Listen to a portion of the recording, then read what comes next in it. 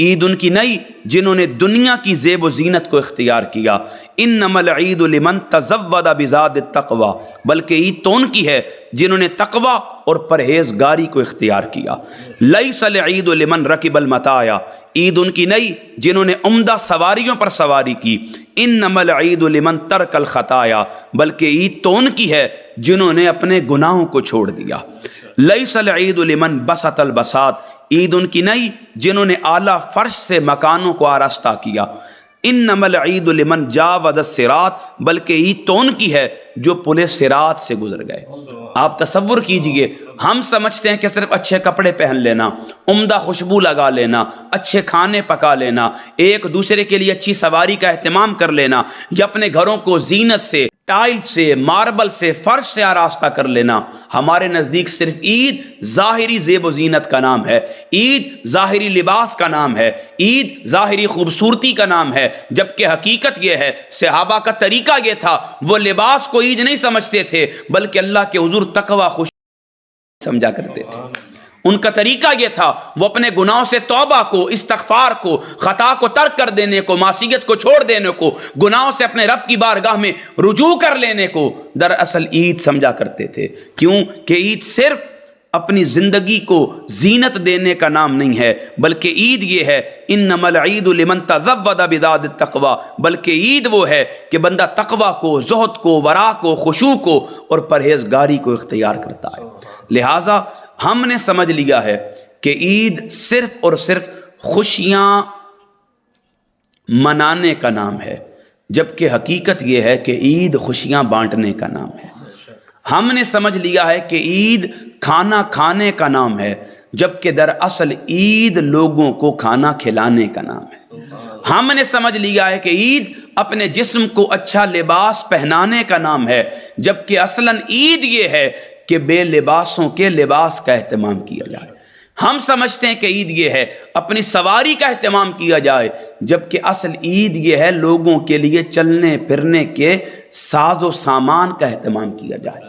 لہٰذا عید کی حیثیت اور حقیقت، اس میں کوئی شک نہیں ہے کہ ہر قوم نے اپنے لیے کسی دن کا انتخاب کیا۔ حضرت آدم علیہ السلام کو جب اللہ رب العزت نے توبہ کی قبولیت عطا کی، وہ دن عید کے طور پر منایا گیا۔ جب حضرت نوح اور ان کی قوم کو طوفان سے نجات ملی، وہ دن بطور عید کے منایا گیا۔ جب حضرت ابراہیم پر نار نمرود کو گلزار کر دیا گیا، اس دن کو بطور عید کے منایا گیا۔ جب آل فرعون کو فرعون کے مظالم سے نجات ملی، اس دن کو بطور عید کے منایا گیا۔ جب حضرت یونس کو مچھلی کے پیٹ سے رہائی ملی، اس دن کو بطور عید کے منایا گیا۔ ہر قوم کے لیے کوئی دن عید کا مختص تھا، ہر قوم کے لیے کوئی دن خوشی کے تہوار کے طور پر مخصوص تھا، لیکن قربان جاؤں اسلام نے ہمیں دو عیدیں عطا کی ہیں، ایک عید الفطر ہے اور ایک عید الاضحیٰ ہے۔ عید الاضحیٰ بڑی عظمتوں والی ہے، قربانیوں والی ہے، ایثار والی ہے، ہمدردی والی ہے، جذبہ انسانیت کو بہم واہ کرنے والی ہے، جبکہ عید الفطر کی عظمت، رفعت اور شان یہ ہے۔ آقا کریم علیہ الصلوۃ والسلام کا ارشاد پاک ہے، حضور فرماتے ہیں ان لکل قوم عیدا وہذا عیدنا، ہر قوم کے لیے عید ہوتی ہے اور یہ عید الفطر ہمارے لیے عید ہے۔ اسے اللہ کے رسول نے مسلمانوں کے لیے عید کا دن قرار دیا۔ لہٰذا سمجھ لیجئے کہ حقیقی عید کیا ہے، وہ صرف خوشی منانے کا نام نہیں ہے، بلکہ حقیقی عید خوشیاں بانٹنے کا نام ہے۔ اللہ رب العزت نے ہمیں بیکار یا بے مقصد پیدا نہیں کیا، بلکہ اس نے جو بھی شے ہمیں عطا کی ہے اپنی بارگاہ سے مقصد اور پس پردہ حکمت کے ساتھ عطا فرمائی ہے۔ اس نے قرآن مجید کی سورہ مومنون میں فرمایا افحسبتم انما خلقناکم عبثا، سو کیا تم یہ خیال کرتے ہو میں نے تمہیں بیکار بے مقصد پیدا کیا ہے؟ نہیں، اللہ رب العزت نے اسی قرآن کی سورہ زاریات میں ہمارے مقصد تخلیق کو بیان کیا۔ فرمایا وما خلقت الجن والانس الا لیعبدون، میں نے جنوں اور انسانوں کو خالصتاً اپنی عبادت کے لیے پیدا کیا۔ بتائیں جو رب ہمیں بے مقصد پیدا نہیں کر رہا، وہ کس طرح یہ گوارا کر سکتا ہے کہ ہم کسی دن کو بطور عید کے منائیں، بطور خوشی کے منائیں، بطور سیلیبریٹ کریں آپس کی خوشیوں کے تہوار کے طور پر، لیکن ہم اس دن کو مناتے ہوئے بے مقصدیت کا اظہار کر رہے ہیں؟ نہیں، اس کے کارخانہ قدرت میں عید الفطر کے پیچھے بھی ایک مقصد ہے۔ عید الفطر کے پیچھے بھی ایک حکمت ہے۔ آج کے دن ہم نے اس پس پردہ حکمت کو اور اللہ کی بارگاہ سے عطا کی جانے والی اس نعمت عظیم کے مقصد کو سمجھنا ہے۔ جان لیجئے عید الفطر کا اصل مقصد کیا ہے؟ ایثار اور ہمدردی ہے، تقوی و پرہیزگاری ہے، خدمت خلق اور احترام انسانیت کا پیغام ہے۔ عید کے دامن میں یہ وقت و وسعت ہے کہ جب یہ دن آئے نفرتوں کو مٹا دیا جائے، کدورتوں کو بھلا دیا جائے، حسد کو فنا کر دیا جائے، آپسی رنجشوں کو فراموش کر دیا جائے، بلکہ ایک دوسرے کے ساتھ اپنا جسم بھی ملایا جائے اور اپنا دل بھی ملایا جائے، ایک دوسرے کے ساتھ اپنے نظریات و تفکرات کو بھی ملایا جائے، اپنے تدبرات اور تخیلات کو بھی ملایا جائے، اپنی سوچوں کا امین کر کے اس سے اپنی محبت کا امین اور اسے اپنی محبتوں کا عکاس بنایا جائے۔ کیوں؟ عید کا مقصد کیا ہے؟ یہ صرف اور صرف ایثار اور ہمدردی کا پیغام عظیم دے رہی ہے۔ عید باہم قربتوں کو بڑھانے کے لیے ہے اور باہم نفرتوں کو مٹانے کے لیے ہے۔ اگر کوئی بندہ عید منائے لیکن اپنے دلوں سے نفرتوں کو نہ مٹائے، کوئی بندہ عید منائے لیکن اپنے دل سے باہم کدورت کو ختم نہ کرے، کوئی بندہ عید تو منائے لیکن اپنے دل میں کسی کے لیے رنجش کو نہ مٹائے، تو پھر اس نے آج تک عید کی حقیقت کو سمجھا ہی نہیں ہے۔ یہ بات جان لیں، ہماری حالت کیا ہے؟ ہم لوگ آسانی میں ہوں تب بھی کسی کی مدد نہیں کرتے، ہم آسودگی میں ہوں تب بھی کسی کی مالی معاونت نہیں کرتے، ہمارے یہاں سگا بھائی اپنے سگے بھائی کی مدد نہیں کرتا، والدین اپنے اولاد کے بارے قسم پرسی کا شکار رہتے ہیں۔ حالت، حیثیت اور حقیقت یہ ہے کہ ہم میں سے کوئی بندہ دروازے پر کوئی سائل بن کر آئے اس کی داد رسی نہیں کرتے ہیں، کوئی مشکل میں جھولی پھیلائے اس کے دامن مراد کو نہیں بھرتے ہیں، کوئی ہمارے سامنے دستے طلب دراز کرے ہم اس کی حاجت کو پورا نہیں کرتے۔ ہماری حالت اور حیثیت یہ ہے، ہمارے لیے عید کا دن بھی عام دنوں کی طرح ہے کہ ہم اس دن بھی ایثار کو، ہمدردی کو، محبت کو، بھائی چارے کو، رواداری کو، باہمی الفت کو، باہمی یگانگت کو، باہمی محبت کو، آپس میں ایک دوسرے کے ساتھ قرابت کے حسن سلوک کو روا رکھنے کے لیے تیار نہیں ہوتے ہیں۔ میں نے آپ کے سامنے قرآن مجید کی ایک آیت پڑھی، ایک منظر آپ کے سامنے رکھنا چاہتا ہوں کہ عید خوشی کا دن ہے، لیکن حقیقی خوشی کیا ہوتی ہے اسے سمجھ لیجئے۔ ایمان والوں کے ہاں خوشی کا کانسیپٹ کیا ہے، خوشی کی حقیقت کیا ہے، وہ خوشی کسے جانتے ہیں، اسے آج سمجھ لیجئے گا۔ اللہ رب العزت نے ارشاد فرمایا وَيُؤْثِرُونَ عَلَىٰ أَنفُسِهِمْ وَلَوْ كَانَ بِهِمْ خَصَاصَةٌ، اور اپنی جانوں پر انہیں ترجیح دیتے ہیں اگرچہ خود انہیں شدید حاجت ہو۔ اس آیہ کریمہ میں اللہ رب العزت نے ایمان والوں کی ایک صفت کا ذکر کیا، ایمان والوں کی ایک خوبی کو بیان کیا، ان کا خاصہ اللہ رب العزت نے ایمان والوں پر عیاں فرمایا۔ ایمان والے کون ہوتے ہیں؟ ان کی حالت یہ ہو کہ ان کے گھر میں فاقہ ہو، قسم پرسی ہو، اناج نہ ہو، کھانے پینے کا سامان نہ ہو، پھر بھی اگر کوئی سائل دروازے پر دستک دے وہ اپنا سب کچھ نہ ہوتے ہوئے بھی اس کے نام پر قربان کر دیتے ہیں۔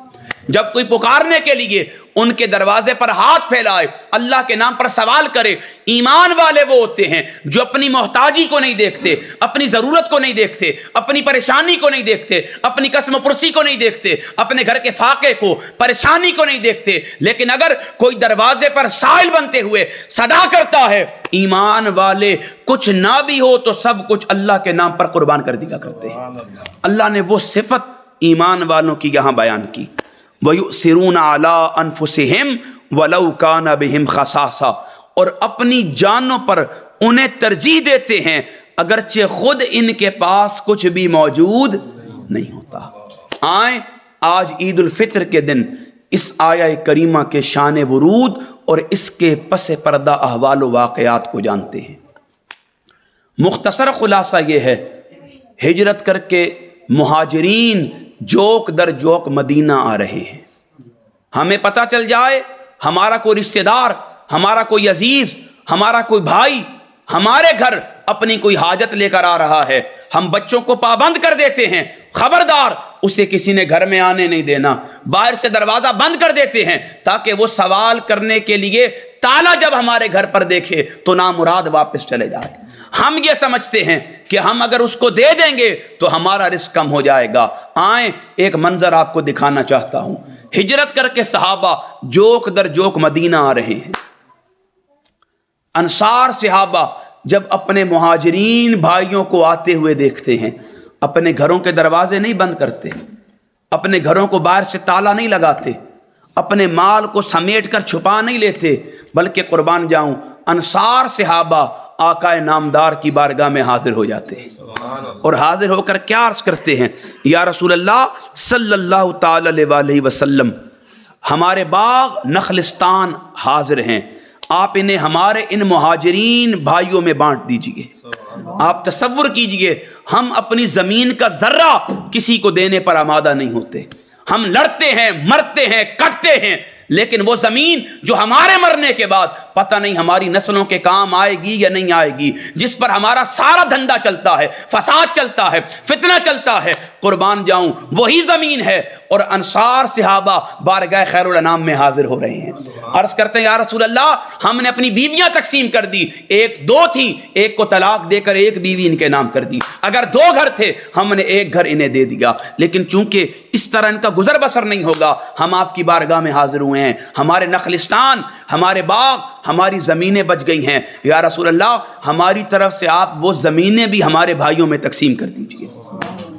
اب قربان جاؤں آقا کریم علیہ الصلوۃ والسلام کا ارشاد سنیے گا، اپنی روح کی بنجر زمین کو تازہ کیجئے گا، اپنے قلوب پر آقا کے لفظوں کو اتاریے گا، صحابہ کے جذبہ ایمان سے اپنے لیے زندگی کی راہوں کا تعین کیجئے گا، اپنے اخلاق کو، کردار کو، معاملات کو، زندگی کے احوال کو بہتر کرنے کی کوشش کیجئے گا۔ جب صحابہ نے عرض کی یا رسول اللہ ہمارا مال حاضر ہے، ہماری نخلستان حاضر ہیں، ہمارے باغ حاضر ہیں، ہماری زمین حاضر ہے، ہمارے مہاجرین بھائیوں کو دے دیجئے، اب آقا کریم نے فرمایا اے میرے انصار صحابہ سنو، یہ لوگ تو باغبانی نہیں جانتے، یہ جہاں سے آئے ہیں وہاں باغات نہیں ہوتے، انہیں نہیں پتا کہ باغ میں کس طرح کام کیا جاتا ہے، باغبانی کس طرح کی جاتی ہے، کس طرح باغات کی راکھی کی جاتی ہے، کس طرح باغات میں پھل لگایا جاتا ہے، کس طرح باغات کو تیار کیا جاتا ہے۔ اے مہاجرین، اے انصار صحابہ، یہ مہاجرین باغبانی کا ہنر نہیں جانتے۔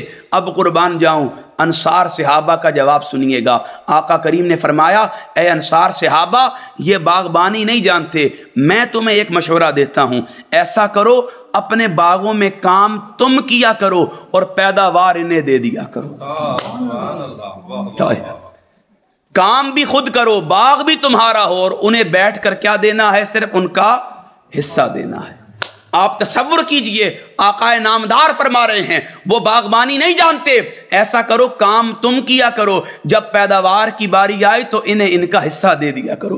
قربان جاؤں وہ صحابہ کیا کہتے ہیں؟ سمعنا و اطعنا، آقا ہم نے سن لیا اور آپ کی اطاعت کر لی، جو آپ نے کہہ دیا ہمارے لیے کافی اور وافی ہے۔ آپ تصور کیجئے اللہ ان کے اس جذبہ محبت کو، جذبہ ایثار کو، جذبہ رواداری کو، جذبہ باہمی الفت کو، جذبہ باہمی یگانگت کو بیان کرتے ہوئے فرماتا ہے یہ وہ ایمان والے ہیں جو کچھ ان کے پاس ہوتا ہے یہ راہ خدا پر قربان کر دیا کرتے ہیں، پھر یہ نہیں دیکھتے کہ ان کے اپنے پاس کچھ بچتا بھی ہے یا کچھ نہیں بچتا ہے۔ یہ پوری سورت الحشر آپ اس کو پڑھیں، ابتدائی آیات ہیں اور یہ 9 نمبر آیت ہے، 59 نمبر سورہ ہے۔ اللہ رب العزت نے انصار مہاجرین کے کس قدر جذبہ ایثار کو قرآن میں بیان کیا ہے۔ پھر یہ تو ایک صحابی کی بات ہے، یہ سورت اور اس سورت کی یہ آیت جن کے لیے خاص طور پر اتری وہ حضرت ابو طلحہ رضی اللہ تعالیٰ عنہ ہیں۔ اس صحابی کا جذبہ ایثار کیا ہے سمجھ لیجئے۔ آقا کریم علیہ الصلوۃ والسلام کی مجلس ہے، ایک مہاجر صحابی حاضر خدمت ہوئے، عرض کی یا رسول اللہ میں بھوکا ہوں، میری بھوک کو دور فرمائیے۔ آپ تصور کریں کیا آقا کریم علیہ الصلوۃ والسلام نے، میں صرف مثال دے رہا ہوں، کوئی لنگر خانہ کھول کے رکھا ہوا تھا؟ بتائیے گا کوئی آقا کریم علیہ الصلوۃ والسلام نے میس کا نظام قائم کر رکھا تھا کہ اگر کسی کو بھوک لگے تو آئے آقا کریم اس کے لیے روٹیاں اور سالن کا اہتمام کر دیں؟ نہیں، بس صحابہ کا ایک ذوق تھا، وہ جانتے تھے، جمعہ بھی میں نے کہا وفیکم رسولہ، چونکہ ہم میں اللہ کا رسول ہے، ان کو جو حاجت، جو پریشانی، جو مشکل، جو تکلیف ہوتی تھی وہ اللہ کے رسول کی بارگاہ میں حاضر ہو جاتے تھے۔ اب وہ حاضر ہوئے، عرض کیا رسول اللہ صلی اللہ علیہ وسلم میں بھوکا ہوں، میری بھوک کو دور فرمائیے۔ آقا نے فرمایا کون ہے جو اس صحابی کو مہمان رکھے گا؟ اللہ اس پر رحم فرمائے جو اسے آج بطور مہمان کے قبول کر لے۔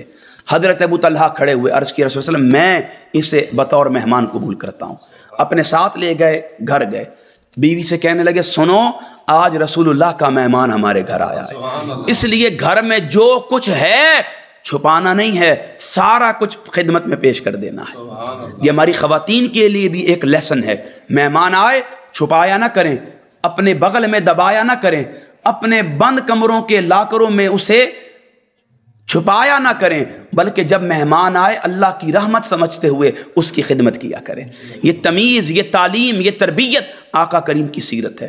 عرض اپنی بیوی سے فرمایا جو کچھ ہے آج چھپانا نہیں ہے، رسول اللہ کا مہمان آیا ہے اس کی خدمت کرنی ہے۔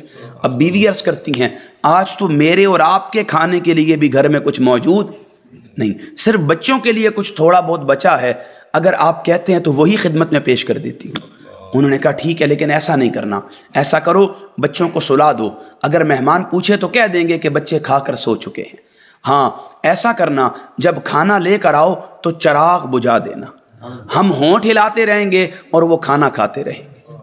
جب ایسا ہی ہوا، کھانا سامنے رکھا گیا، چراغ بجھا دیا گیا، یہ میاں اور بیوی اپنے ہونٹ ہلاتے رہے اور وہ صحابی رسول جو مہاجر تھے وہ کھانا کھاتے رہے۔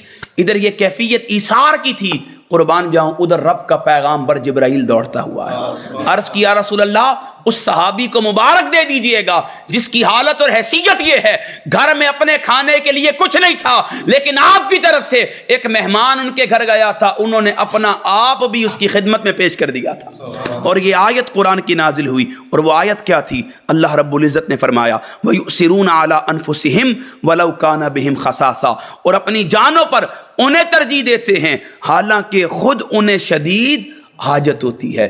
اس لیے جب بھی آپ کسی دن کو بطور عید کے سیلیبریٹ کرنا چاہتے ہیں، جان لیجئے عید کا حقیقی معنی اور مفہوم کیا ہے کہ بندہ خوشی منائے، لیکن خوشی ایمان والا تب مناتا ہے جب اس کے قدم کی برکت سے کوئی اور خوشی منا رہا ہوتا ہے۔ لہٰذا عید کی حقیقت یہ ہے خوشیاں منانی بعد میں ہیں، خوشیاں تقسیم پہلے کرنی ہیں۔ خود خوش بعد میں ہونا ہے، پہلے اقربا کو، اعزہ کو خوش کرنا ہے۔ لہٰذا اس پیغام محبت کے ساتھ آج یہاں سے اٹھ کر جائیے گا، اس فکری تربیت کو اپنے ساتھ وابستہ کیجئے گا، اپنی زندگیوں کو تبدیل کرنے کی کوشش کیجئے گا۔ اگر آپ خود عید منائیں اور آپ کے کسی عمل سے آپ کا بھائی اذیت میں ہو، کرب میں ہو، تکلیف میں ہو، اللہ اور اس کے رسول کی بارگاہ میں یہ عید نہیں ہے۔ اللہ اور اس کے رسول نے ہمیں آپس میں مسلمان کی حیثیت سے ایک دوسرے کا بھائی بنایا ہے، اور بھائی بنا کر یہ حکم ارشاد فرمایا ہے کہ اہل ایمان کی مثال ایک دوسرے سے محبت کرنے، ایک دوسرے کا غم بانٹنے، ایک دوسرے پر مہربانی کرنے میں جسم کی مانند ہے کہ اگر اس کے جسم کا ایک حصہ تکلیف سے دوچار ہو تو سارا جسم اسی کیفیت کا شکار ہو جاتا ہے اور بے خوابی اور بخار میں مبتلا ہو جاتا ہے۔ اسی طرح آقا کریم نے فرمایا تمام مسلمان ایک جسم کی مانند ہے کہ اگر اس کی ایک آنکھ کو تکلیف پہنچے تو تمام جسم اس تکلیف کو محسوس کرتا ہے۔ مسلمان مسلمان کا بھائی ہے، مسلمان مسلمان کا آئینہ ہے۔ آئیں اسی دعوت تبلیغ پر آج کی عید الفطر کے پیغام کو سمجھتے ہیں۔ عید حقیقت میں خوشیاں بانٹنے کا نام ہے، عید دلوں سے کدورتیں، نفرتیں، حسد مٹانے کا نام ہے، عید رنجشوں کو تمام کرنے کا نام ہے۔ یہ مختصر ترین زندگی ہے، نہ جانے کب زندگی کی شام ہو جائے، کب کوئی ہمیں زیر قبر دفنا کر اپنی دنیاوی مصروفیات میں محو ہو جائے۔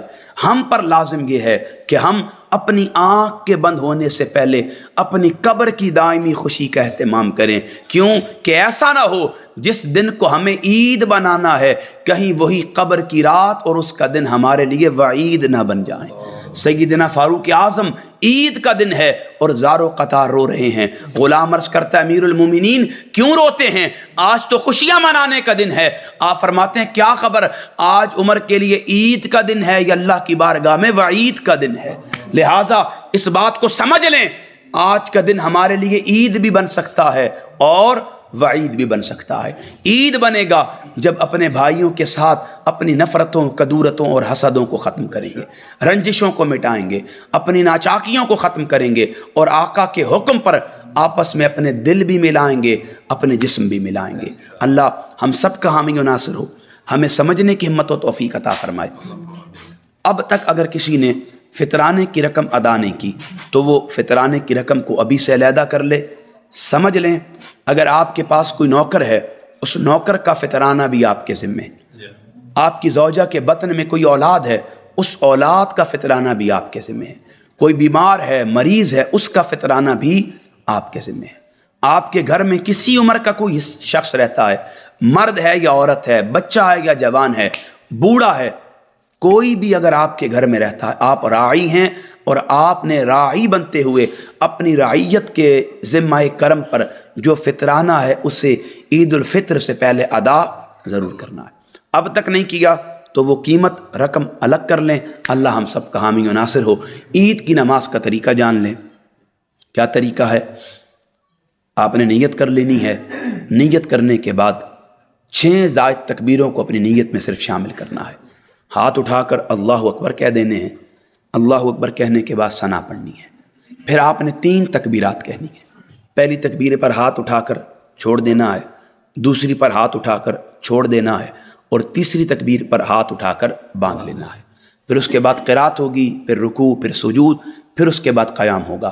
قیام میں پہلے قرات ہوگی، سورہ فاتحہ، پھر سورت، پھر اس کے بعد 3 تکبیرات کہی جائیں گی۔ پہلی تکبیر پر ہاتھ اٹھا کر چھوڑ دینے ہیں، دوسری پر اٹھا کر چھوڑ دینے ہیں، تیسری پر اٹھا کر چھوڑ دینے ہیں اور اس کے بعد چوتھی تکبیر پر رکوع میں جانا ہے، تشہد اور سلام، اس کے بعد خطبہ ہے۔ اللہ ہمیں سننے کی، سن کر عمل کرنے کی ہمت و توفیق عطا فرمائے۔ وآخر الدعوایا ان الحمد للہ رب العالمین۔